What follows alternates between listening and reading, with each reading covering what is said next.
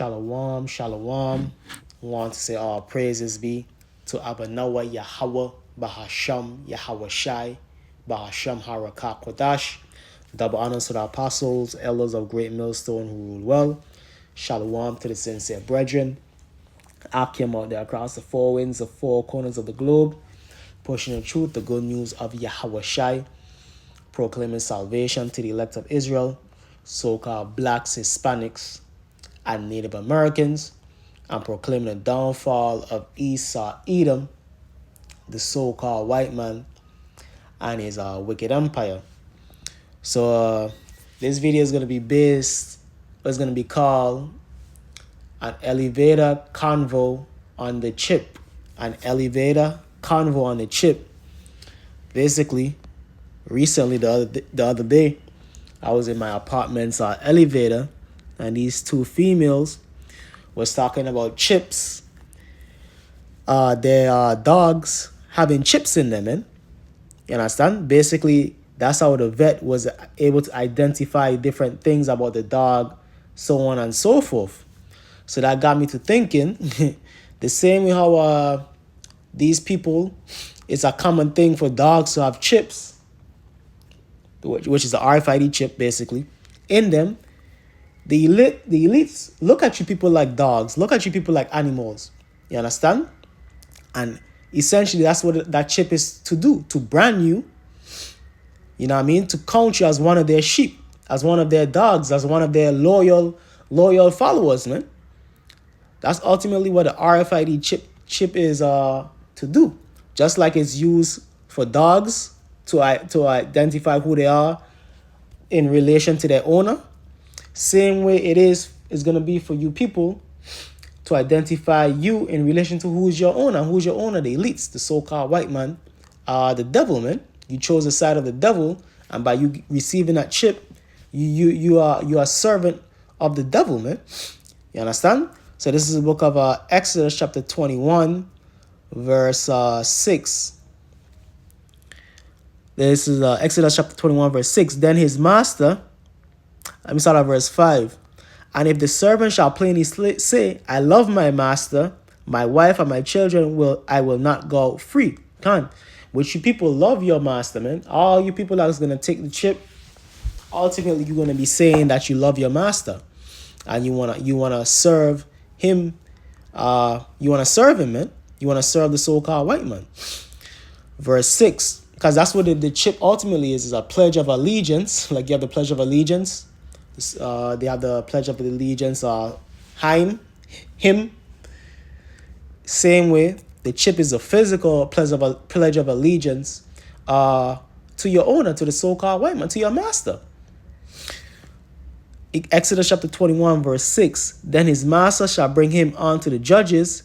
He shall also bring him to the door or unto the doorpost, and his master shall bore his ear through with an awl, and he shall serve him forever. So in the ancient world, they had that oar, you know what I mean, which is basically similar to like an earring. Basically, you put it in your ear, and now you're the servant to your master for life. That modern day awl for you people is going to be what? The RFID chip. Saying that what? You the servant of Esau Edom, man. You the servant of the elites. You bow down, man. You bow down to the beast, man. You're going to serve him until your death in a thermonuclear destruction. That's what that chip is gonna say. Signifies. This is the book of Revelation, chapter 13, verse 16, which this goes into it. And he calls it all, both small and great. He calls it all, both small and great, rich and poor, free and bond, to receive a mark in their right hand or in their foreheads. The right hand, which is just like main body parts where you are basically used to get things done, man. Your right hand, most people are right-handed. Your forehead, you know what I mean? That's where the brain is. Those are essential body parts, but it could be anywhere in the body. You understand? So same way, Exodus 21 and 6 says what? You're going to get that all to say that you're serving your master forever. This right here is the same thing. The mark of the beast, man. This is basically the same thing. And this is the ultimate test right here. Revelation 13 and 16. And he calls it all, both small and great, rich and poor, free and bond, to receive a mark in their right hand or in their foreheads. Kind of, them chicks, they were talking about it so nonchalant. You understand? Because they don't realize, yeah, it's dogs right now, but very, very soon, it's going to be you. And they look to be Edomites, if I remember correctly. But this is going to come upon all the world, man. Which it don't really matter if an Edomite accept it or deny it, because ultimately they're going to be destroyed or go into captivity. You understand? But these people don't realize, man. Yeah, it's for your dog now, it's for your cat, it's for your animal right now. But ultimately, it's going to come a time where it's going to be, you're going to have to be put to the test. It's going to be for you. Are you going to say yay or are you going to say nay? And if you say nay, you face impossible death. If you say yay, then you might get away for the time being, but quickly thereafter, you're going to be judged, man. You're going to be judged. You understand? In that thermonuclear destruction. And he calls it all, both small and great, rich and poor. So this is all society. This is all walks of life. From your top celebrities, your top rich men, so to speak, to the homeless person on the block, man, begging for change. Everybody here in America and even across the globe is going to face this, man. But especially here in America, because this is the great place of judgment. And he calls it all, both small and great, rich and poor, free and bond. So people free, so-called free. And bond meaning what? In prisons, incarcerated, as they would like to say. You understand? Free and bond, to receive a mark in their right hand or in their forehead. That mark is the RFID chip. And that no man might buy or sell save he that had the mark or the name of the beast or the number of his name. You can't. So if you don't have that mark, you can't buy or sell. Basically, you can't function in our Esau society. That's why the scriptures also in Ezra they say, be ye as pilgrims upon the earth, pertaining to the men of the Lord. Because a lot of us, we're gonna have to flee the ordinary society, the cities, the ordinary society. We're not gonna be able to be a part of it. Some of us gonna get caught up in concentration camps, so on and so forth. But ultimately, no matter how it plays out, if you are a man of the Lord, you're gonna be good. That's why the scriptures speak about take no thought. Take no thought. I'm gonna get that real quick and jump back to this, cause yeah, it's easier said than done. But ultimately, if you are a man of the Lord is gonna be with you. If you are part of the hopefully elect, you're gonna be good. You understand? You're gonna be good. The Lord gonna put that spirit upon you to resist and to get away or to be a martyr for his name and for his word. So this is the book of Matthew chapter 6, verse 25. Therefore I say unto you, take no thought for your life. So this is Yahweh Shai speaking, it's in red. Take no thought for your life, what ye shall eat or what ye shall drink, nor yet for your body what ye shall put on. Is not the life more than raiment? Is not the life more than meat, and the body than raiment? So ultimately, you don't be really worrying about anything except serving Yahweh Shem Yahweh Shai in truth and sincerity. We know the flesh doesn't totally allow that, but that's the frame of mind. That's the goal that we're working toward, to fulfill. Because Yahweh Shem Yahweh Shai don't like any doubt. Just listening to a video with the Apostle Rakar, he was saying, what was it? Basically, the Lord ain't dealing with doubt. The Lord dealing with faith. So the scriptures speak about faith as a mustard seed. A little bit of faith goes a long way. That's like one of the mainstays of the truth. Faith and hope. That's all we really have. And of course, the works follow. The works, the good deeds, the righteous deeds, the charity, so on and so forth. The videos that we're pushing. But ultimately, the main thing with that is the faith. Behold the fowls of the air, for they reap, for they sow not, neither do they reap, nor gather into barns, yet your heavenly Father feedeth them. Are ye not much better than they? So basically the animals of the earth, birds, the animals of the earth, man, they taken care of. Basically the earth, really the earth, the nature is in order, man. The nature of the earth is in order. The trees, they good. The fish of the sea, everything is surviving, man. Everything is in its order. So if everything is in its order and being provided for, how much more the hopeful elect? How much for the Lord's, man?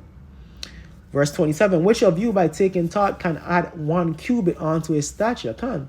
So if you can't even grow, grow an inch, so to speak, I don't know, a cubit. Well, if you can't grow your height, so why are you worrying about A, B, C, and D? Ultimately, we only belongs worrying about serving the Lord. Because in that day, in the days to come, the evil, perilous days to come, the Lord is ultimately going to take care of us. So it's really not too much to worry about. Really, it's not anything to worry about if you're the elect. That's the mind frame to be in. There's not anything to worry about if you're the hopeful elect. Everything is going to be all right, man. Let me jump to Luke 18 and 7. It's the book of Luke chapter 18, verse 7. And shall not the Most High avenge his own elect which cry day and night unto him, though he bear long with them? I tell you that he will avenge them speedily. Nevertheless, when the Son of Man cometh, shall he find faith on earth? Come. So the Lord is going to avenge his elect. Because we've been fucked up, man. Esau, Edom jacked us up. These different heathens jacked us up, going back in the different regenerations. So we're going to get our revenge. We're going to get our justice. You understand? Through Yahweh by Yahweh Shai. And he says, what? Shall he find faith on earth? Yeah, the Lord is going to find faith in his elect. The elect is going to have that faith. The elect is going to have that hope to be delivered. Let me jump back to Revelation 13, going back to the chip. Cast your faith and our hope in Yahweh Hashem Yahushai. That's how we're going to overcome the chip, man. We're going to overcome the mark of the beast, over temptation. Revelation chapter 13, verse 17. And that no man might buy or sell save he that had the mark or the name of the beast or the number of his name. Can. It's like going back to the convo they were having in the elevator. Is going from is animals now, but it's already starting with humans, man. Different places around the world and the different digitization of currency is all going towards what? The RFID chip technology. Verse 18. Here is wisdom. Let him that understand and count the number of the beast, for it is the number of a man, and his number is 603 score and 6,666. And so ultimately, if you accept the RFID chip, you one of Esau's, man. You one of his servants. And what the scriptures tell you about that? You're not going to accept the chip and think you're good. You're still good with the Lord. Nah. Matthew chapter 6, verse 24. That's the spirit, is right before the verses I read just now. No man can serve two masters, for either he will hate the one and love the other. Can. So if you take the chip, you really saying that you hate the Lord and you love Esau. Because you're saying you're going to serve him forever with that chip. You understand? Just like when you put the chip in the animal, that's branding your animal for life. That you the animal's master, man. And you could identify, yeah, that's my dog right there. That's my cat. So on and so forth. Matthew chapter 6, verse 24. No man can serve two masters, for either he will hate the one and love the other, or else he will hold to the one and despise the other. Ye cannot serve the Most High and Mammon. Can. So you cannot serve the Lord and Mammon. You have to choose one or the other. You understand? And you Israelites made that covenant going back to the time of Moses and Joshua times to serve the Lord. So by you taking a chip, you furthermore breaking the covenant in the utmost way. So there's a great judgment for that. And a great judgment is going to be that thermonuclear destruction. That second death that 2/3 of Israel is going to have to feel on this side. Revelation chapter 3 verse 10. Because thou hast kept the word of my patience, I also will keep thee from the hour of temptation. Kind of hour of temptation is a time where the RFID chip, the mark of the beast, is made mandatory upon the world, specifically here in America, which shall come upon all the world. So upon all the world. So that chip is going to be made mandatory throughout the globe, man. And the epicenter is going to be here in Babylon the Great, because this is a place of our chief judgment, which shall come upon all the world to try them that dwell upon the earth. So this is the ultimate test, man. This is our final examination. Like in school times, you have the final exam. And a lot of times in school, you could pass, you could get straight A's throughout the year. But if you fail a final exam, you can't pass the class, man. If you fail the final exam, you fail the class. You know what I mean? So that's the same thing with the Lord. Yeah, you could be passing all along, doing what you're supposed to do all along. But if you fail a final exam, a final test, hey, you fail the whole class completely, man. It is a dud. It's finished. You have to pass that final exam to pass the class, man. And really everything leading up to that is preparation for that final exam. Just like right now, everything that we're going through now, we're building up our faith, we're building up our hope. I mean, so on and so forth. We're building up our favor in the sight of the Lord. All of that is in preparation for the time of that final exam, for that time of the RFID chip set before us, man. Revelation chapter 3, verse 11, behold, I come quickly, so the Lord coming soon, man. Habakkuk said, though it tarry, wait for it shall surely come, it will not tarry. Hey, through the Spirit, hey, when we're in the kingdom, man, we're going to look back and be like, damn, that was fast. That's the spirit that we're going to be in, man. We're not going to be in the spirit like, yo, the Lord took too long. No. We're going to be like, wow, that shit was fast. You understand? Behold, I come quickly, hold that fast which thou hast, which is the truth, that no man take thy crown. So you don't want to be tempted by Satan, man. Be tempted by the ways of this world to go off, man. Ultimately, you don't want to be tempted by that chip to accept it. No, you don't want to. Verse 12, him that overcometh will I make a pillar in the temple of my power.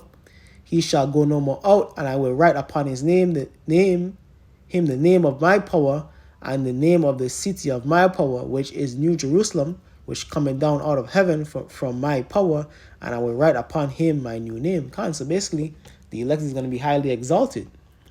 You're going to be known as the chief men of our Yahweh Hashem, Yahweh Shai. And ultimately, you're going to get that by what? Passing that final test of when they're going to start chipping people like dogs and cats and sheep and cattle. When they're going to win Esau, Edom, in Revelation 12 and 12, come down with his great wrath, man. Like Joshua said, choose you whom this day you will serve. As for me and my house, we shall serve the Lord. That's the spirit of the hopeful elect. That's the spirit of the men of the Lord. As for me and my house, we're going to serve the Lord. Abaratazar, the Lord put that spirit upon us, because the Lord has to put that spirit upon you in that day and time and that hour to come. Abaratazar, the Lord put that spirit upon us. Hey, so with that, hope you brothers and sisters were edified. Going to say all praises be to Abanawa Yahweh Bahasham, Yahweh Shai Bahasham Harakak, the honors to the apostles, elders of Great Millstone who rule well. Shalom to the elect.